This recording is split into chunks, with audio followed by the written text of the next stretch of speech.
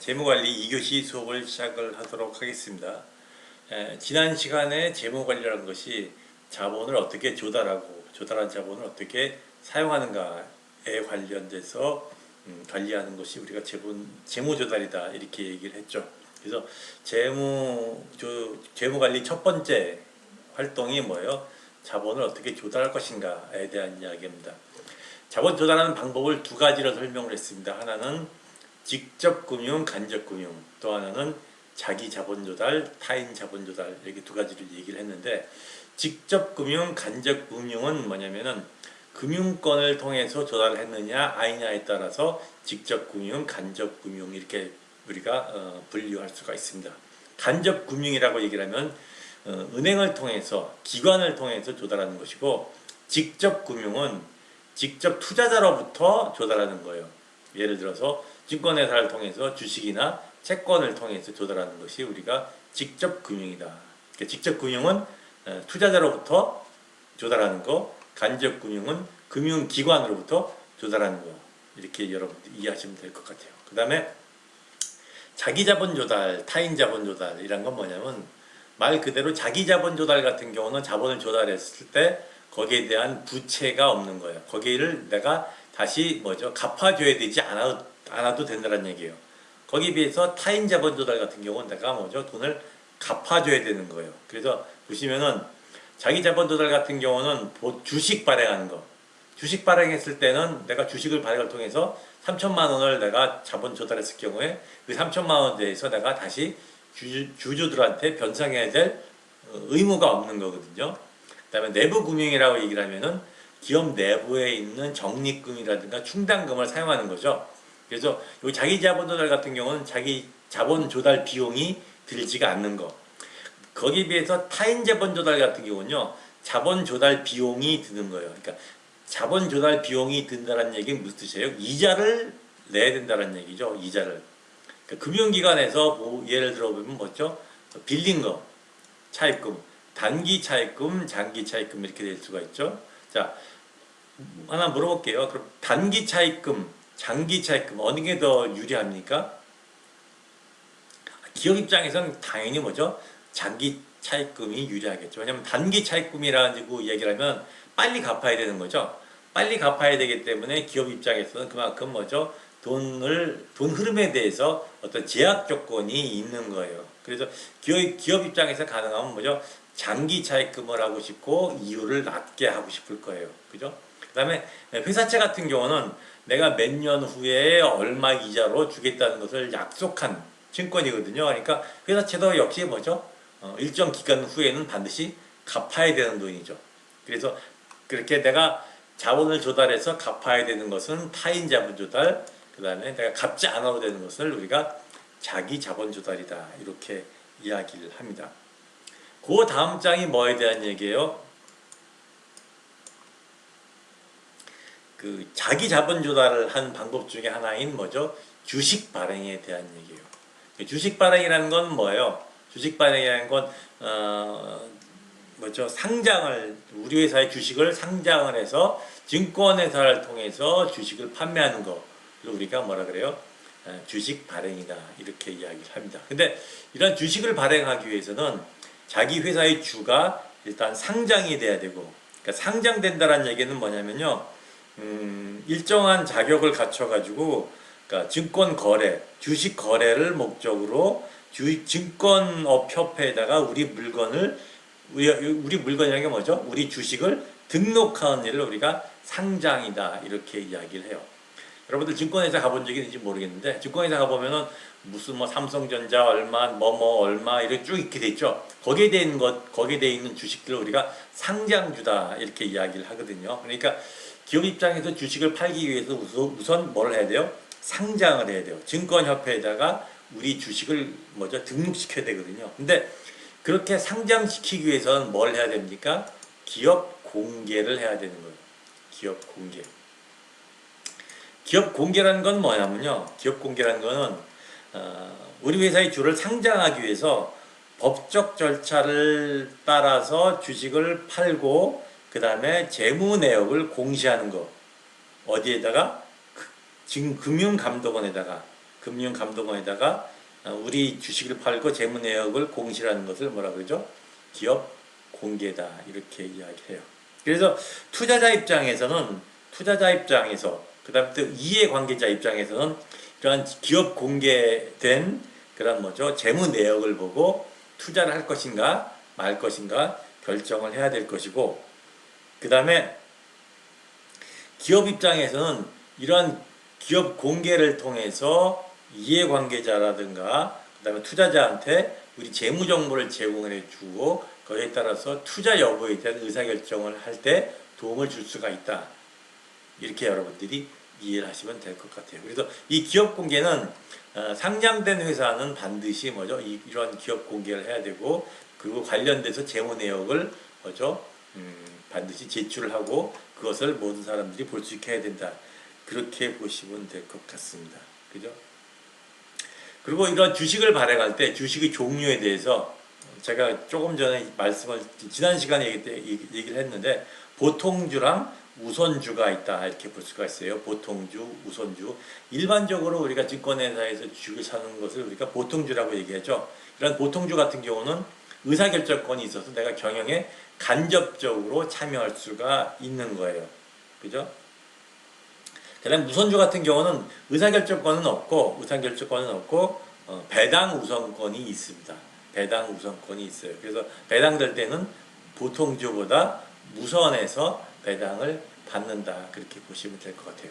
우리가 이제 투자자 입장에서 주식을 사면은 이윤을 볼 수 있는 게 두 가지죠. 하나는 뭐죠? 시세 차익. 내가 예를 들어서 10,000원에 샀는데 주식이 30,000원에 가격이 올랐다. 그러면 20,000원만큼 내가 시세 차익을 볼 수가 있는 거고, 그 다음에 또 매년 뭐가 합니까? 경영활동을 통해서 이익이 창출되면은 이익 창출된 것을 일부 뭘 해줍니까? 투자자들한테 배당을 해주거든요. 그래서 주식을 우리가 산다고 얘기하면은 투자자 입장에서 이윤을 볼 수 있는 방법이 두 가지가 있는데, 하나는 뭐죠? 그 시세 차익, 또 하나는 배당이다. 이렇게 볼 수가 있고, 배당을 중요시한다면은 뭐죠? 보통주보다 우선주를 사는 게 더 유리할 수가 있다. 그렇게 여러분들한테 설명할 수가 있겠네요. 이 기업 공개를 왜 하느냐에 대해서 설명을 하고 있죠.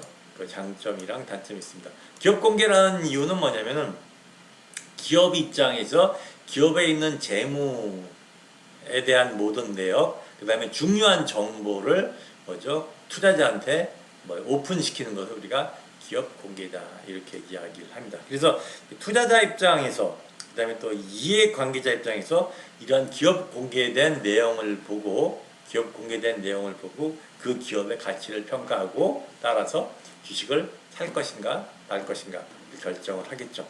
그런데 이제 단점이라고 얘기를 하면은 이건 주로 이제 어디의 입장이냐면 기업 입장에서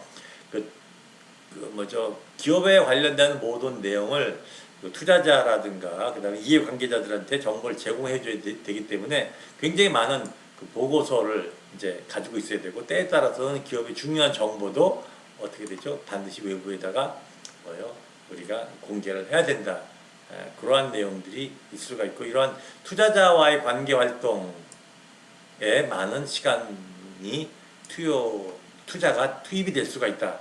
그렇게 보실 수가 있습니다. 그런데 이러한 그 단점에도 불구하고 기업 공개를 반드시 해야 되는 이유는 투자자라든가 그 다음에 이해관계자들한테 정확한 기업에 대한 정보를 제공해주고 그걸 토대로 해서 정확한 투자에 대한 의사결정을 할 수 있도록 도와주고 있기 때문에 상장된 회사들은 모두 기업 공개를 하도록 이렇게 규정되어 있다. 이렇게 여러분들이 이해를 하시면 될 것 같습니다. 그 다음에 주식을 발행할 때 두 가지 종류에 대해서 이야기를 하고 있죠. 하나는 유상증자, 그 다음에 무상증자 이렇게 볼 수가 있습니다. 유상증자라고 하는 건 뭐예요? 유상증자라고 하면은 주식을 증자를 하는 거죠. 주식수를 늘릴 때 뭐라는 거예요? 현금을 받고 주식을 발행하는 거예요. 그죠? 현금을 받고 주식을 발행하는 거. 그걸 우리가 유상증자다 이렇게 얘기하고, 무상증자라고 이야기를 하면은 기존 주주들한테 주식을 나눠주는데 주식 숫자를 늘리는데 돈을 받지 않고 무료로 무상으로 하는 방법을 우리가 무상증자다 이렇게 이야기를 해요. 유상증자 같은 경우는 유상증자하는 방법이 액면가 발행이 있고 시가 발행, 그 다음에 시가 할인 발행 세 가지 방법이 있습니다. 액면가 발행이라는 건 뭐예요? 그러니까 주식을 보통 우리나라 주식은 대개 이제 5천 원이 액면가인데 액면가하고 시가하고 다르죠. 상황에 따라서 액면가를 발행할 수도 있고 시가 발행할 수가 있고 그다음에 시가에서 조금 더 할인해 가지고 증자를 받은 사람이 그 차액만큼 이익을 받을 수 있도록 그렇게 이제 우리가 시가 할인 발행을 하기도 합니다. 그 때에 따라서는 무상 증자를 하기도 하는 거죠. 그래서 이제 유상 증자를 할 것인가 혹은 이제 무상 증자를 할 것인가는 이 기업의 상황에 따라서 유상 증자를 할 수도 있고 무상 증자를 할 수도 있다. 그렇게 여러분들이 이해하시면 될 것 같아요. 그러니까 쉽게 이해를 하시면은 주식의 숫자를 높이기 위해서 현금을 받고 우리가 뭐죠? 주식을 수를 늘릴 수도 있고 그다음에 무상으로 주식 수를 늘릴 수도 있다. 이렇게 보시면 될 것 같아요. 그다음에 이제 회사채 발행이라는 게 있죠. 회사채 발행이라는 건 뭐냐면은 장기적으로 자금을 조달하기 위해서 그 뭐죠?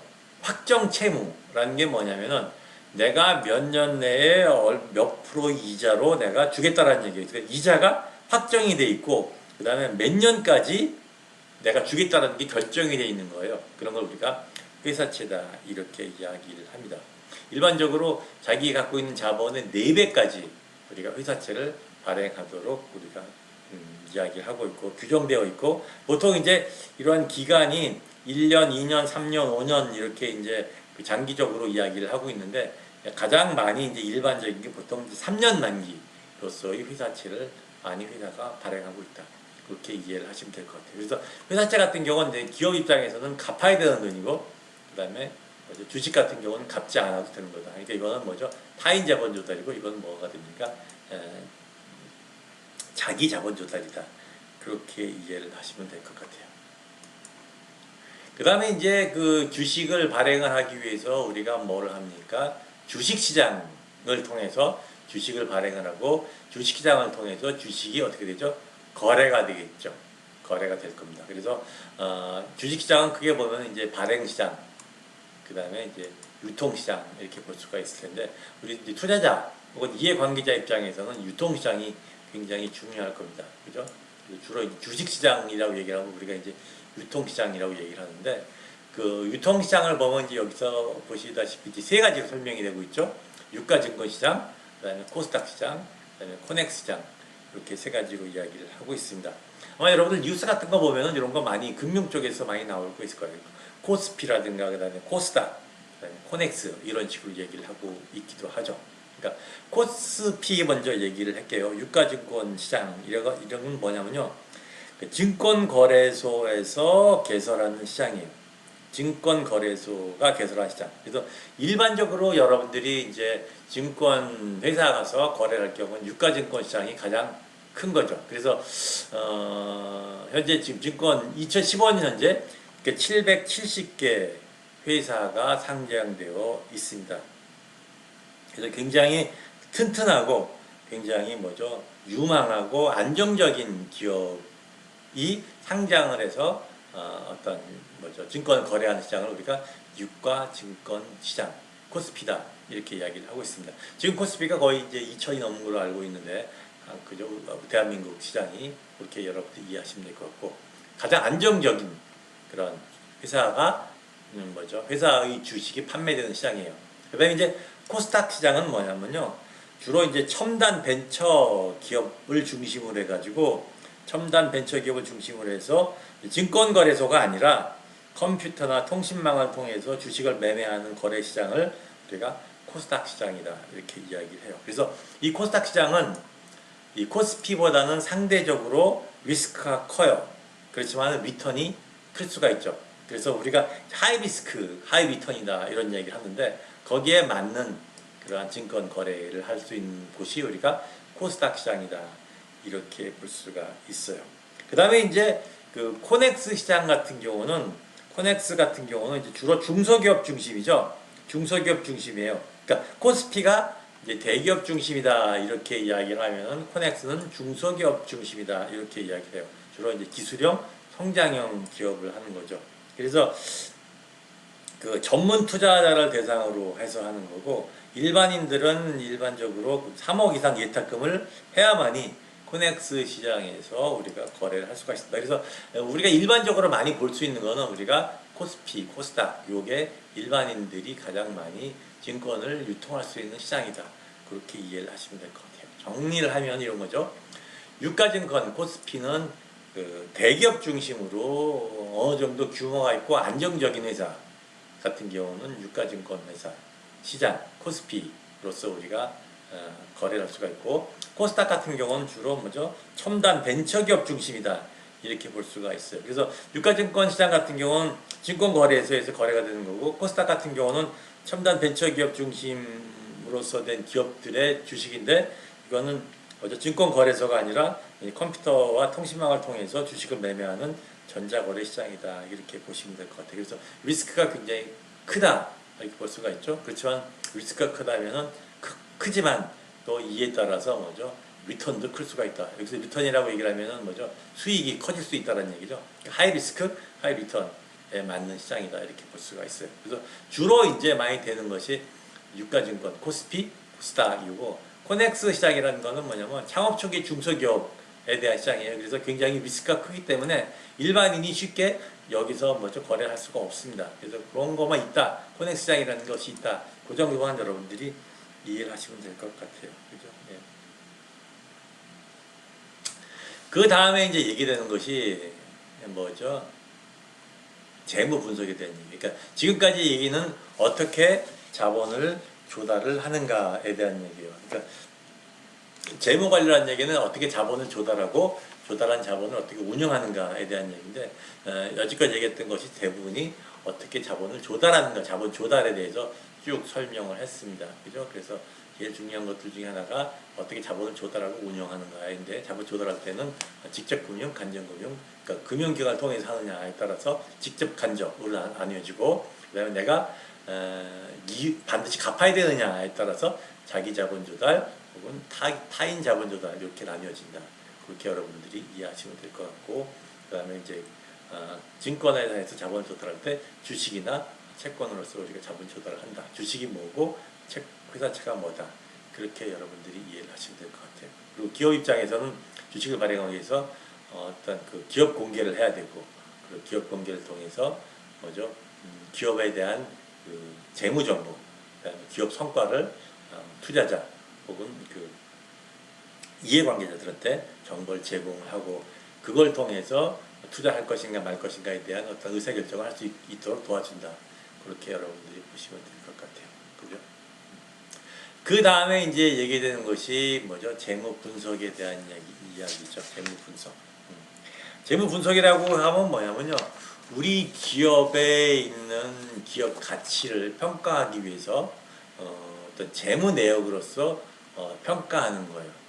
재무 내역으로 평가하는 거예요. 여기서 보시면 이제 5가지, 6가지로 이제 분석을 하고 있거든요. 수익성 비율, 그다음에 활동성 비율, 그다음에 유동성, 그다음에 레버리지 비율, 생산성, 그다음에 이제 그렇게 6가지 이야기를 하고 있습니다. 그런데 이런 6가지 재무 비율 분석을 통해서 우리 기업이 어떠한가를 파악을 할 수가 있고, 투자자 입장에서는 이런 재무 비율을 분석을 통해서 이 기업이 건실한가, 건실하지 않은가, 미래의 수익을 더 낼 수 있을 것인가, 낼 수 없을 것인가를 판단을 하고, 이러한 판단을 통해서 투자를 할 것인가 말 것인가를 결정을 할 수가 있죠. 그래서 이러한 재무 비율 분석 같은 경우는 기업이 매년 경영활동이 끝나면은 거기에 대한 재무 보고서를 이제 제출하거든요. 그런 걸 우리가 이제 재무제표라 이렇게 얘기를 하는데, 그 재무제표를 보고 우리가 비율을 분석을 할 수가 있는 거예요. 그죠? 첫 번째 이야기가 뭐죠? 수익성 비율입니다. 수익성 비율. 이 수익성 비율이라는 거는 투자 비율, 투자 수익률 이렇게 얘기를 하기도 하고, 이제 ROI다 이렇게 이야기를 해요. ROI라는 건 뭐 약자냐면요. Return on Investment. 그러니까 투자 대 수익이에요. 투자 대 수익. 그래서 그 투자 대 수익을 낼 수 있는 능력을 제공해주는, 능력에 대한 정보를 제공해주는 비율을 우리가 수익성 비율이다 이렇게 얘기하죠. 이건 3가지로 소개가 되고 있습니다. 하나는 총 자산 영업 이익률, 하나는 자기 자본 순이익률, 매출, 순이익률 이렇게 되고 있죠. 자기 자산, 총 자산 영업이익률 같은 경우는 ROA, Return on Asset, 그러니까 총 자산분의 영업이익. 자기 자본 순이익률은 자기 자본분의 순이익. 그다음 매출액 순이익률은 매출액분의 영업이익. 그래서 내가 투자한 자본 대비 이익이 어떻게 되느냐에 대한 비율을 능력을 보여주는 정보를 우리가 수익성 비율이다. 이렇게 이야기를 하고 있습니다. 가장 사실 중요한 비율 중에 하나죠. 그죠? 그 다음에 두 번째 뭐죠? 활동성 비율이에요. 활동성 비율. 우리가 이건 activity ratio 이렇게 이야기를 하기도 하는데 요거는 자산을 얼마나 효율적으로 이용하는가를 보는 거예요. 그러니까 이 활동성 비율을 통해서 이 기업이 얼마나 열심히 일을 하고 있는가를 보여주는 거죠. 그죠? 여기서 보시면 이제 두 가지로 설명이 되고 있는데 하나는 뭐죠? 재고 자산 회전율, 총 자산 회전율이에요. 그래서 재고 자산 회전율 같은 경우는 재고 자산분의 매출액. 그래서 횟수가 많을수록 이 회사 입장에서는 굉장히 자산이 잘 사용되고 있구나 이렇게 볼 수가 있겠죠. 그다음에 총 자산 회전율 같은 경우는 뭐냐면 총 자산분의 매출액. 그래서 자산이 굉장히 많이 회전되면 될수록 그 기업이 뭐죠? 활동적으로 운영하고 있고 활동적으로 일하고 있다는 걸 보여주고 있어요. 물론 이 활동성이 높다는 것이 이 전에 얘기한 뭐죠? 수익성이 높다는 거라고 꼭 일치되지 않을 수도 있습니다. 일치되지 않을 수도 있지만 일단 활동성이 높다는 건 그만큼 뭐죠? 가능성이 높다 이렇게 우리가 평가를 할 수가 있는 거예요. 그죠? 그래서 자산이 얼마나 효율적으로 활용되고 있는가를 보여주는 비율이 이제 활동성 비율이다 이렇게 볼 수가 있고 유동성 비율 같은 경우는 뭐냐면요. 유동성 비율은 단기 채무에 대한 변제 능력 비율이에요. 단기 채무. 기업 입장에서는 채무를 갚지 못하면 어떻게 됩니까? 파산되는 거거든요. 파산되는 거. 그래서 이 기업이 얼마나 채무에 대한 변제 능력이 있는가 없는가에 대한 얘기예요. 그죠? 근데 이거는 뭐죠? 단기 채무예요. 여기서 단기라고 얘기하면 뭐 얼마 기간이죠? 1년을 기초로 해서 1년보다 빠른 시전, 그러니까 1년 안에 갚아야 되는 돈을 우리가 단기 채무라고 얘기하는데 이 단기 채무를 우리가 얼마나 기업 입장에서 제대로 변제할 수 있는가에 대한 비율을 우리가 유동성 비율이다. current ratio 이렇게 이야기합니다. 유동 비율과 당자 비율 이 두 가지를 보는데 이 단기성 채무 비율이 단기성 채무 능력이 중요한 이유가 뭐냐면요.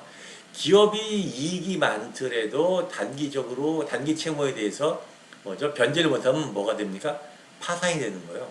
그죠? 그러니까 매출이 아무리 크고 그다음에 이윤이 많이 나더라도 채무에 대해서 우리가 제때제때 갚아 나가지 못하면 기업이 파산이 되기 때문에 유동성 측면에선 굉장히 중요하다 이렇게 볼 수가 있어요.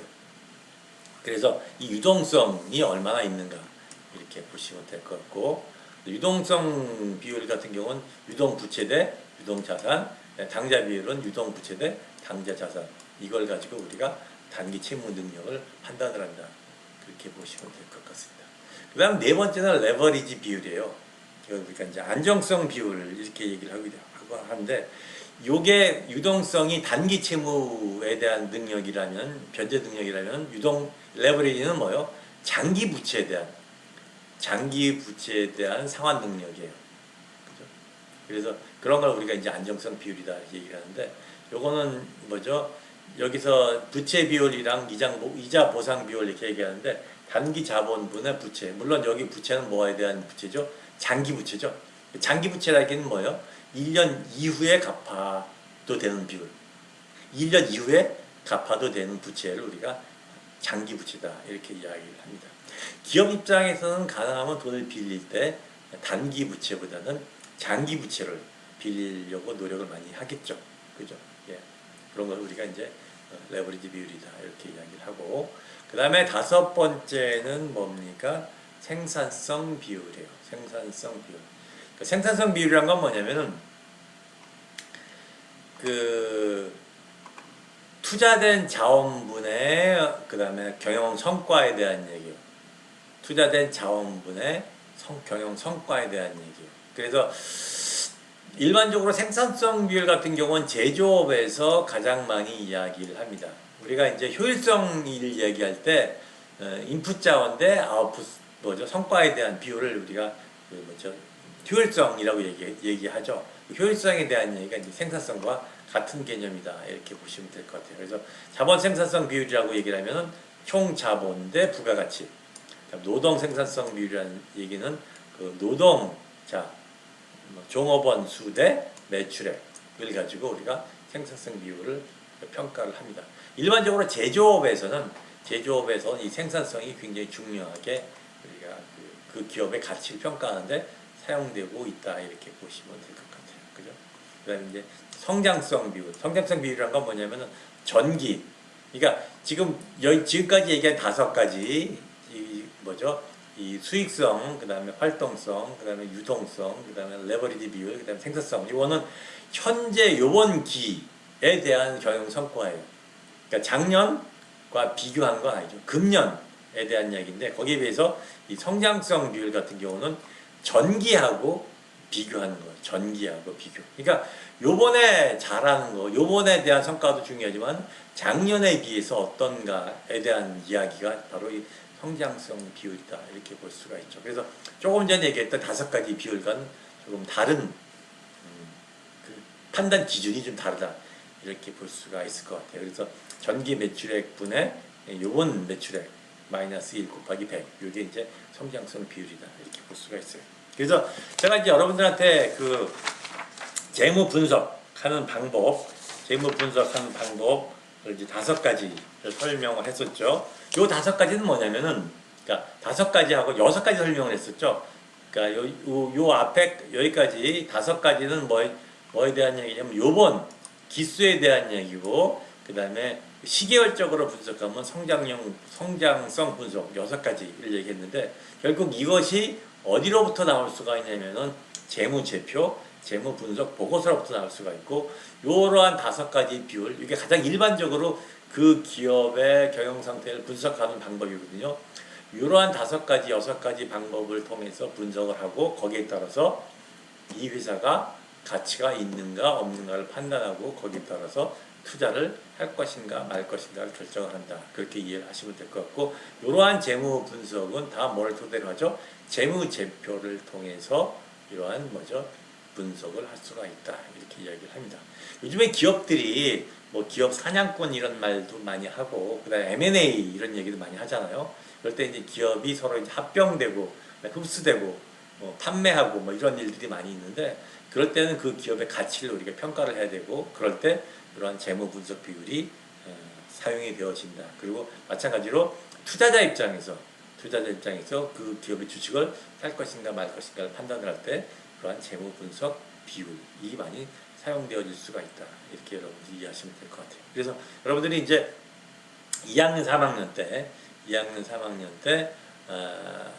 좀 더 재무에 대해서 이제 좀 더 자세하게 배우겠지만은 그때 되면은 재무제표에 대한 읽는 법 이런 것도 배울 수가 있을 것이고 거기에 따라서 여러분들 이 기업이 경영 상태가 좋다, 나쁘다라는 것을 이러한 그 재무의 관점에서 자금의 관점에서 판단할 수 있는 능력이 여러분들이 생기게 될 수가 있다.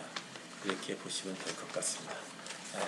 이것으로서 이제 재무 관리에 대해서 수업을 마칠 텐데 손익분기점 같은 경우는 그냥 넘어가도록 하겠습니다. 이건 뭐냐면 그 투자 대 그다음에 매출액이 같아지는 시점이거든요. 그래서 그 브레이크 이븐 포인트라고 얘기하는데 이 브레이크 이븐 포인트가 빨리 오면 올수록 기업이 성과가 높아지는 거죠. 그래서 손익분기점을 이제 그런 식으로 얘기를 한다. 그래서 손익분기점을 넘었다라고 이야기를 하는데 그럴 때는 이익이 더 많이 나기 시작했다. 그렇게 여러분들이 이해하시면 될 것 같아요. 그죠? 이것으로서 이제 그 재무 관리에 대해서 다 이제 이야기를 했습니다. 그리고 다음 시간에 이제 뭐가 됩니까? 그 회계에 대해서 얘기를 할 텐데 이번 주에는 사실은 그 벌써 재무 관리에 대해서 할 얘기가 끝났어요. 근데 지금 이제 한 차시 수업이 더 남아 있죠. 그래서 그때는 제가 사실 특별하게 할 얘기가 없기 때문에 제가 1차시나 2차시 수업을 다시 한번 제가 올리도록 하겠습니다.